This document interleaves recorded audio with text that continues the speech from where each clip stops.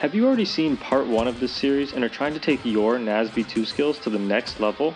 If so, hit the subscribe. I hate this channel. No! No! As we'll cover advanced tech and strategies. So without any further ado, let's dive right in. One very important movement tech to learn is how to wave dash. A wave dash can allow you to turn around after dashing without causing your character to skid, giving you extra movement options out of a dash. It can also be used to quickly move out of range of an attack, or can be used out of shield to quickly slide forward for a punish, or to slide back to give yourself some space. To perform a wave dash, jump, then input a horizontal air dodge at nearly the same time. As long as your directional input is horizontal or lower, the air dodge will cancel as you touch the ground, causing your character to slide a short distance. Horizontal inputs give you the most distance and are typically the most useful. However, diagonal inputs can be useful for microspacing. It's also good to know that inputting a wave dash without any directional input will result in a horizontal wave dash in the direction that you last moved in. Try to practice wave dashing before and after a dash to ensure a fluid movement. Note that if you want to dash after wave dashing in the same direction, you'll need to input the wave dash, release the control stick, then input a dash. Combining wave dashing with dash dancing can really open up your grounded movement options, so try to practice them together. With precise timing, wave dash mechanics can help you stay mobile as you land. This is referred to as wavelanding. This is done by timing your directional air dodge immediately before you touch the ground. This is very useful when jumping onto platforms, as you can not only get a movement boost, but also don't need to wait for your character to land. Now let's look at some nuances when using attacks. Depending on your character, it can sometimes be important to know how to reverse your charge down air and charge up air. To do this, as you input your attack, try to angle your control stick in the opposite direction that your character is facing by about 45 degrees. When it comes to light aerials, there's actually no way to input or reverse down air or up air, so you'll need to rely on a technique known as a reverse aerial rush, which is often referred to as a RAR. This can be performed out of a dash by inputting a turnaround, then immediately jumping. When done successfully, your character should jump facing backwards. This can be very beneficial when you want to utilize your back air or the backside hitbox of any other aerial. Sometimes the act of inputting a light aerial can affect your drift, as you need to move the control stick to input the correct attack. Also, you may accidentally fast fall when trying to input a down air. Although the fast fall issue can potentially be resolved by toggling the double tap for fast fall feature in the options section of the control menu, I personally would recommend to just utilize your right stick for light aerials instead. This is mapped to light attacks by default. By simply tilting the right stick, otherwise known as the C stick, in the direction of the corresponding aerial you'd like to use, you can focus your control stick solely on your drift and fast fall timing. As mentioned in part 1 of this series, fast falling can significantly speed up your gameplay. Being conscious of when you're able to fast fall during or after using an attack with the right stick can be important, as a quick landing can help you string together combos more easily or get into a safer position after whiffing an attack. This also applies to after using a projectile, as well as after using attacks that provide movement. When on the ground, the right stick can also be useful for quickly inputting grounded light attacks, and I find it particularly useful when inputting a reverse uplight or reverse downlight out of an initial dash. Normally when you're dashing, you can simply release the control stick, then input a light attack. However, in the short period where your character is beginning their dash animation, all light attack inputs are interpreted as a dash attack, with only one exception being a reverse forward light. To get around this, start dashing, then quickly input a turnaround as you move the right stick to input your attack. Note that you can't input a regular uplight or downlight out of an initial dash, so you'll need to wave dash first to prevent yourself from accidentally inputting a dash attack. Again, note that this only applies to an initial dash. When dashing farther, you can simply let go of the control stick before inputting your attack. Another very useful movement technique is a B reversal. B reversals allow you to turn your neutral special around while also reversing your momentum. This can allow for some deceptive movement, as you can suddenly approach or retreat with your neutral special at a moment's notice. To perform this, input your neutral special, then quickly move your control stick in the opposite direction that your character is facing. The momentum shift from a B reversal applies to every neutral special, with the only exceptions being El Tigre, Garfield, and Nigel. And a few characters actually have the ability to B reverse their side specials or down specials. These include El Tigre's side special, the Angry Beaver's side specials, April's down special, and Garfield's down special when his food meter is empty. For the rest of the cast, inputting a B reversal with a side or down special will simply result in a turnaround.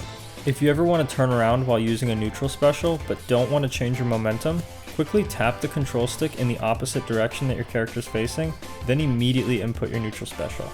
You can actually combine a turnaround and a B reversal to perform what is called a wave bounce. This allows you to reverse your momentum without changing your direction, and is a bit more difficult to input and a bit more niche in its potential uses. To do this, quickly tap the control stick in the opposite direction that your character is facing, input your special move, then move your control stick back to the original side your character was facing. Now let's look at how to stay mobile on platforms. As mentioned earlier, you can waveland to quickly get onto a platform. However, it can seem tricky to get off a platform when an opponent is attacking you from below, as letting go of your shield and dropping through the platform is very slow. This is where shield dropping becomes important, as it allows you to quickly fall through a platform while in shield. To do this, simply shield and press the special button. Note that this is instantly actionable, so be ready to fall through with an attack. As a potential mix-up, you can even double jump and waveland back onto the platform. Another useful technique to incorporate on platforms, or even at the ledge, is edge canceling. This occurs when you land near an edge, then slide off of it, canceling any of the end lag that you would normally have. This can be performed while using any move, but is especially useful for movement-based attacks, as well as recoveries due to it canceling special fall. In part 1 of this series, we covered how to perform a tech. Remember that when a player misses a tech, it leaves them vulnerable to a follow-up attack. However, it's good to keep in mind that a reset could result in an even stronger punish. A reset occurs when a knockdown player is hit with a very weak attack, such as a jab or a weak projectile. After being hit, the knockdown player will automatically perform a regular getup after a short delay. And note that the getup during a reset doesn't have any invulnerability, so you can punish with one of your stronger attacks. And at lower percentages, you can quickly position yourself to use your preferred combo starters. As we learned in part 1 of this series, a slime cancel can be used to cancel any of your moves, and due to there being so many potential uses for this mechanic, I'd like to use this section to dive a little deeper on them. The first and most common use for a slime cancel is to start or extend a combo. If you ever land a hit with an attack that doesn't have any combo potential, a slime cancel can allow you to quickly use another attack that does. This is particularly good to keep in mind at low percentages where there's more potential to get a combo started. Another use for slime cancels is to utilize the movement or momentum from a move while canceling all of its other effects. The usefulness of this largely depends on your character's kit, but it's good to keep in mind and experiment with. Slime cancels can also be very useful when applied to an up special. You can use this to quickly air dodge if you're about to be intercepted, use your up special while preserving your double jump, or even hit your opponent before confirming into another attack. Stray hits can easily convert into kill moves with slime cancels, which is why knockback is reduced after slime canceling. However, at higher percentages, this can still be a great way to get rid of an opponent's stock. And this is especially true for attacks that have a large amount of knockback. Slime canceling can also lead to many situations where you're able to combo into a spike. This is true whether you're on the ground or in the air. With certain attacks, you can use it to offensively dive off stage without fully committing. You can even use it to double dip by slime canceling a spike into another spike. If you ever whiff a slow attack and are about to be punished, you can slime cancel to protect yourself. The same goes for when you hit an opponent's shield with an unsafe attack. Due to how many possibilities slime canceling allows for, it can be really beneficial to go to the training room, set slime to always be on 1, and practice using it. Shifting our focus over to the ledge, I'd like to look at a strategy known as edge hogging. Due to the fact that only one character can hold onto the ledge at a time, strategically staying on the ledge can deny your opponent a chance to grab it. Simply holding onto the ledge may be all you need to finish off a stock when your opponent is far off stage and can barely make it back. However, in most cases, their up special's hitbox will be able to hit you as you hold on the ledge. To counteract this, you need to grab onto the ledge right before they reach it. This way your invulnerability overlaps with their up special's hitbox. And if you need to extend your invulnerability while edge hogging, you can input a roll right before you become vulnerable. If you ever grab the ledge too early, you have the option to refresh your invulnerability frames by jumping and re-grabbing the ledge. Just note that unless you're hit, you can only get ledge invulnerability up to 2 times before touching the stage. It's important to know that the fastest way to grab the ledge from on stage is to run off stage, immediately fast fall, and quickly release the control stick.